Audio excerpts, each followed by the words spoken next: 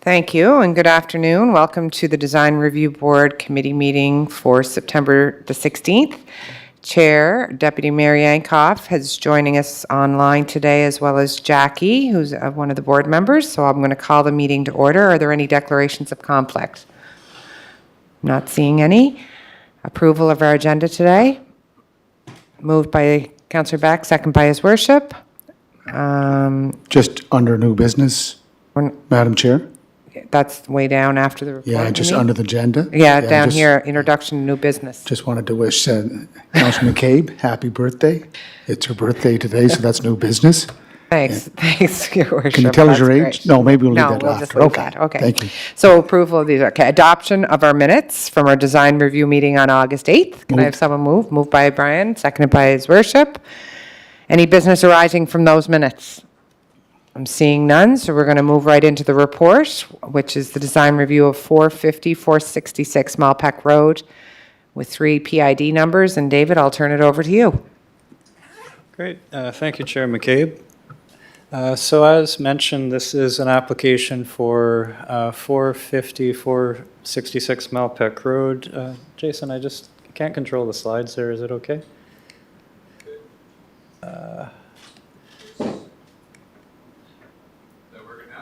Oh, yeah, no, we're good. Yeah, we're good. So as I was mentioning, it's for property 450, 466 MPEK Road, PIDs 134981, 134999, and 135004. This is a request for design review to confirm the exterior design for 2 6-story multi-unit residential buildings that would be constructed on the subject property. Building number 1 would have 82 units, building number 2 65 units for a total of 147 dwelling units. And it's noted that the development is subject to an approved major variance that was for building height as approved by Council on September 3rd, 2024. Subject properties are noted, highlighted in yellow on the screen shown here, being on the east side of MPEK Road, across from the T intersection with Melody Lane here. The following slide contains the proposed exterior design for the development as included in your meeting package. This is an affordable housing development which is located outside of the 500 lot area, which is why the applicants had to apply for design review at this time. There are a number of affordable units that are proposed to be included. Site context, as mentioned just earlier, properties are on the east side of MPEK Road, which is a north-south arterial road under the jurisdiction of the Department of Transportation and Infrastructure. Properties are located within the C2 highway commercial zone and are adjacent to low-density residential, agricultural lands, and nearby highway commercial development. Subject properties are currently vacant and undeveloped and contain no buildings or structures. As per section 3.14 of the Zoning and Development Bylaw, any new multi-unit residential buildings which contain affordable housing are required to undergo the design review process to ensure that the architectural design of proposed developments maintain a high quality of design and are constructed with a consistent type and quality of materials. The applicants have submitted a full design package which contained facade drawings shown on the left, elevation drawing in the middle, and as well as a site plan of the proposed development shown on the right. And all of these are have been included in the meeting agenda package for tonight's meeting. As per section 3.14.3, design review process of the Zoning and Development Bylaw, the design package was forwarded to a third-party design reviewer to conduct a review of the proposed development for conformity with the intent of the Zoning and Development Bylaw and the applicable criteria for evaluation for design review.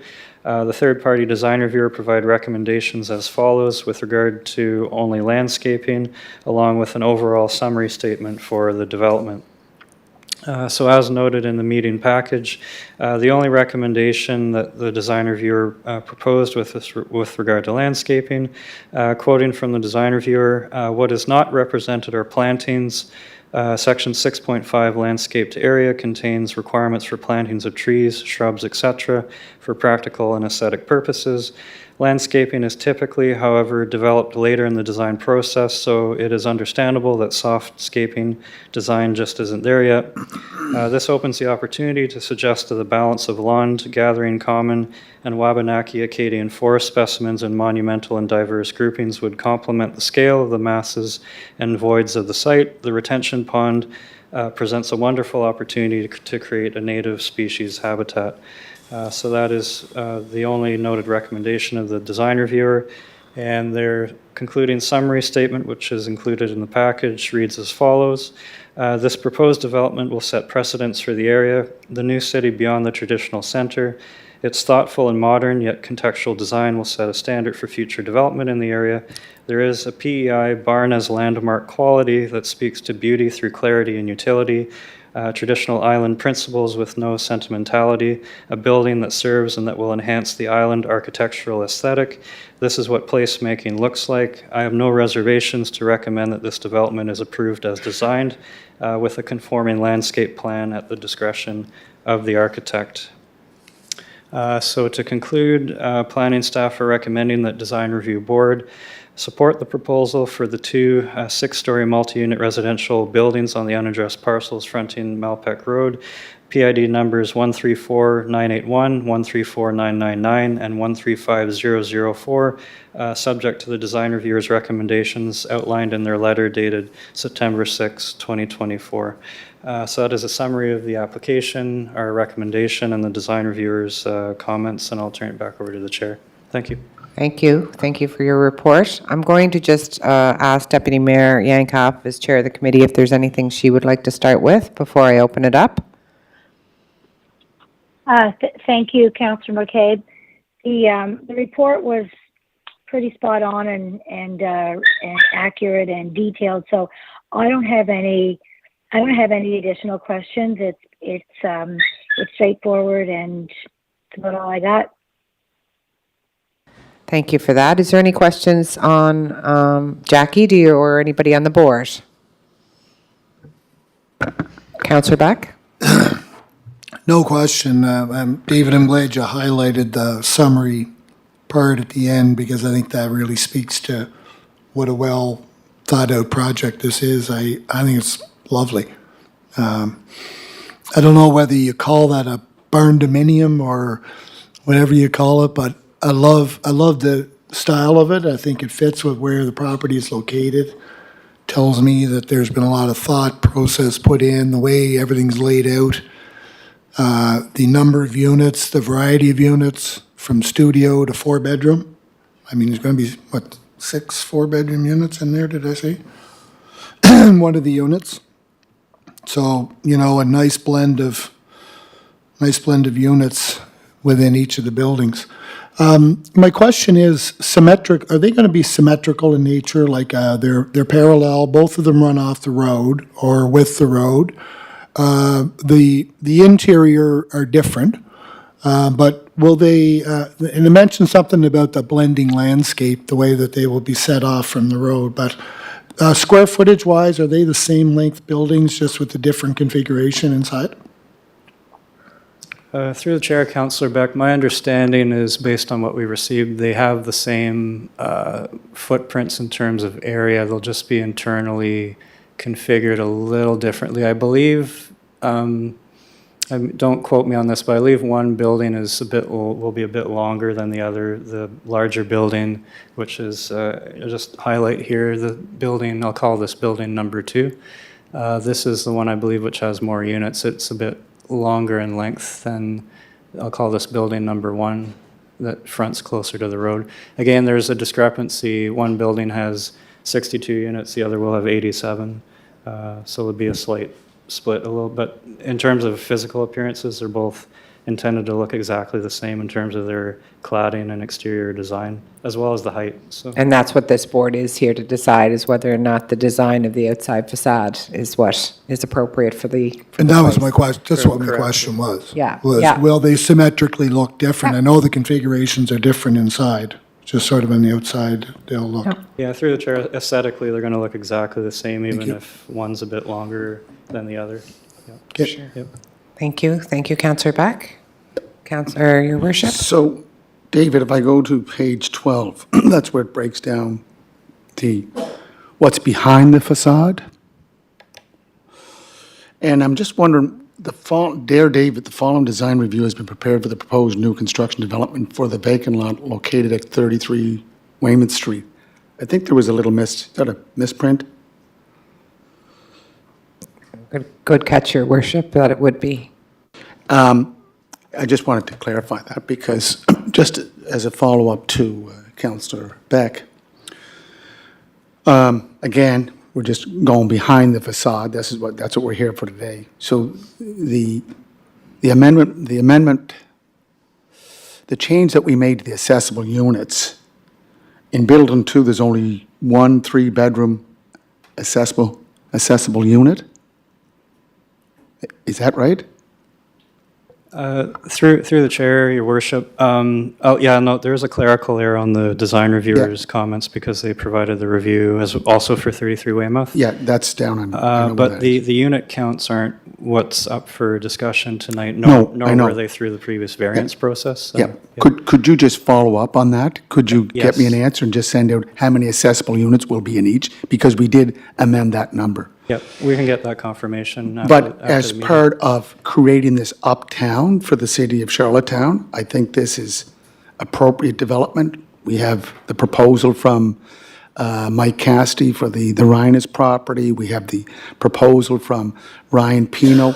This is all creating this uptown that we want to make part of the greater city of Charlottetown.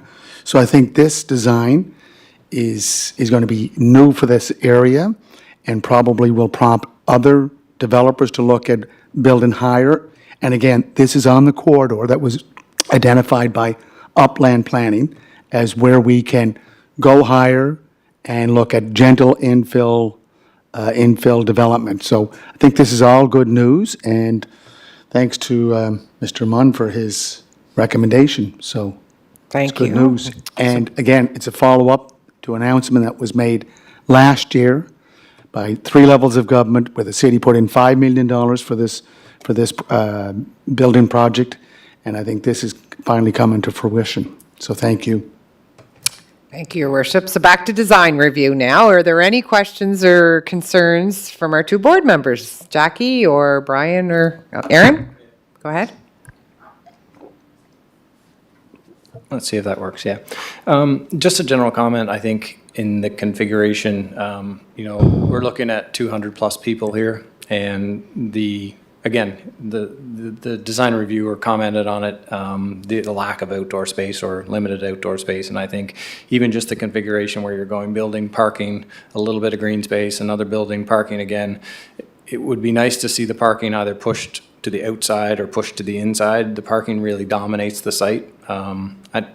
It is on the boundaries. I think something, again, I struggle with, and it was part of the official plan and part of the discussions we had about where does the city stop the kind of density, because this is a big development that's pushing well beyond the arterial highway, and we know the cost of development and servicing those areas. So, again, I'm all for the development for affordable housing. Just a few comments on the general approach of where it should be located. It's on a transit route, which is good, but it is certainly not in the core, I think, of where we should be seeing the development. That's a personal comment. So, thank you.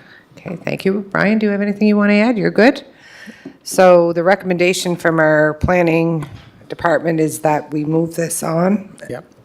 for approval. It's moved by Brian, seconded by Second. His Worship. Resolutions on the floor. Resolutions on the floor, yes, Your Worship. So again, sometimes we have to get out of the silos of just specifically talking about design review. We have to, just as Aaron said, there's always other components.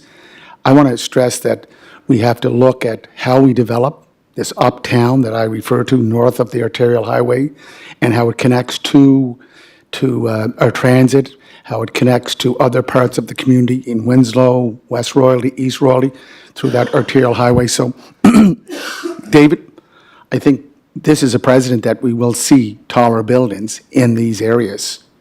Is that something you agree with or don't agree with? Through the chair, Your Worship, I think there's going to be more and more pressure to see developments just like this outside of the core. where there's opportunities for that to take place, like where you have vacant parcels like this that are large enough and/or existing development that might be sacrificed to make way for this type of development. But I will say that the intent is for the new official plan, when it comes about, is it'll be in favor in promoting this in a more widespread fashion in other areas of the city that might not have been targeted or subject to it in the past. So, yeah. Thank you, David. So Can I just ask another one? Again, your second it just- question, Your Worship, yeah. Well, no, it's my second question on the resolution. Thank you. Yeah. So the other point is again, a design review is just not about that. There's also something about our infrastructure capacity. Like if we continue to build large buildings like this in the uptown and go through this design review process, I think that we have to also build up our infrastructure to be part of that design review and accepting these proposals to build higher instead of going, build up instead of building out.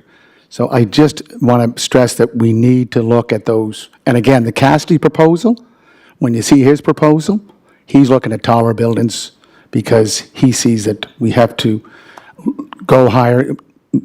As I always say, go up instead of out. So thank you for presenting this.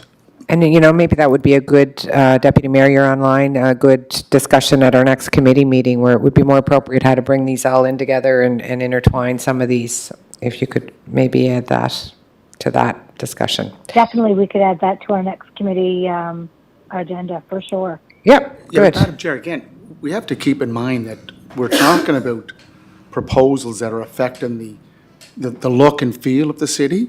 So lots of pieces go to that. That's right, Go part I of agree. that. So, and that can be discussed at this meeting or any meeting. It's, again, I think it's fruitful to have these discussions instead of waiting for another committee where it should go under. Again, going to what you've always said, let's talk outside the silos. No, I agree. I agree. I just think that the Deputy Mayor will take the lead on that, not a doubt. So the resolution's on the floor. Is there any other questions on the resolution? Are those in favor of moving this on? Jackie? In favor, thank you. Councillor Yankoff? Deputy Mayor? In favor. Okay, that's, everybody's in favor. All right. Motion to adjourn. Introduction of new business. Any new business for our board? Not seeing any. I'll have the motion to adjourn, seconded by Aaron. Have a great evening, everybody. Thanks, everybody. Thank you.